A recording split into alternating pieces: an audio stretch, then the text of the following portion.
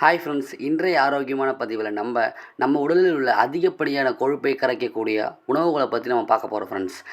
இன்றைய நிலையில் பல பேருக்கு இருக்கக்கூடிய பிரச்சனைகள் ஒன்று தான் இந்த உடல் எடை அதிகரிப்பு. உடல் எடை அதிகரிப்பதற்கு முக்கிய காரணமாக இருப்பது நாம் உண்ணும் உணவு முறை தான்.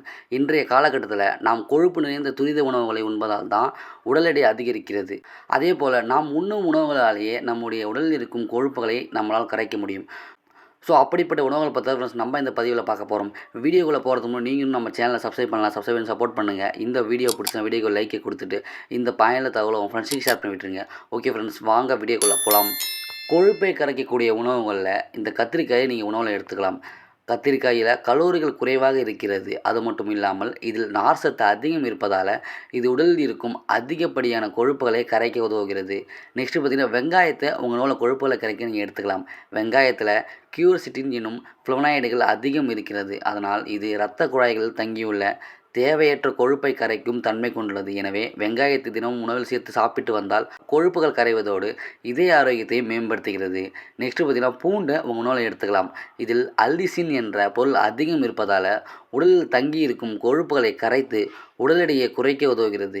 கண்டிப்பாக இந்த பூண்டை நீங்கள் அன்றாட உணவில் நீங்கள் கலந்து சாப்பிட்டு வருவதால் கொலஸ்ட்ரால் பிரச்சனை வராமல் உங்களுக்கு இருக்கிறது. இதில் இருக்கும் அல்லிசின் என்ற பொருள் இதய ஆரோக்கியத்தையும் மேம்படுத்துகிறது. நெக்ஸ்ட்டு பார்த்திங்கன்னா, வெண்டைக்காயை உங்கள் உணவில் நீங்கள் எடுத்துக்கலாம். வெண்டைக்காயில் கொலஸ்ட்ராலை குறைக்கும் பண்புகள் அதிகம் இருப்பதால் இதை நீங்கள் தினமும் உணவில் சேர்த்து சாப்பிட்டு வரலாம். இதில் அதிக அளவு நார் சத்தும் குறைந்த அளவு கலோரிகளும் இருப்பதால் இது உடலில் இருக்கும் தேவையற்ற கொழுப்புகளை கரைக்க உதவுகிறது. நெக்ஸ்ட்டு பார்த்திங்கன்னா, பீன்ஸை உங்கள் உணவில் நீங்கள் ஆட் பண்ணிக்கலாம். இந்த பீன்ஸில் நார் சத்து அதிக அளவில் காணப்படுவதால் இதை நீங்கள் அன்றாட உணவில் சேர்த்து சாப்பிட்டு வரலாம்.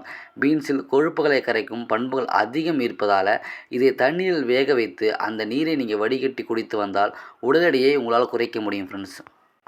ஓகே ஃப்ரெண்ட்ஸ், இப்போ பார்த்த இந்த உணவுகளை நீங்கள் எடுத்துக்கொள்ளும் போது உங்களுடைய கொழுப்புகள் இயற்கையான முறையில் கரைவதை நீங்கள் கண்கூடாக நீங்கள் பார்க்க முடியும் ஃப்ரெண்ட்ஸ். ஓகே ஃப்ரெண்ட்ஸ், இந்த பதிவு உங்களுக்கு பிடிச்சிருக்குன்னு நம்புகிறோம். மேலும் இது போன்ற ஆரோக்கியமான தகவல்களுக்கு நீங்கள் நம்முடைய சேனலை சப்ஸ்கிரைப் பண்ணி சப்போர்ட் பண்ணுங்கள். Okay friends, thank you.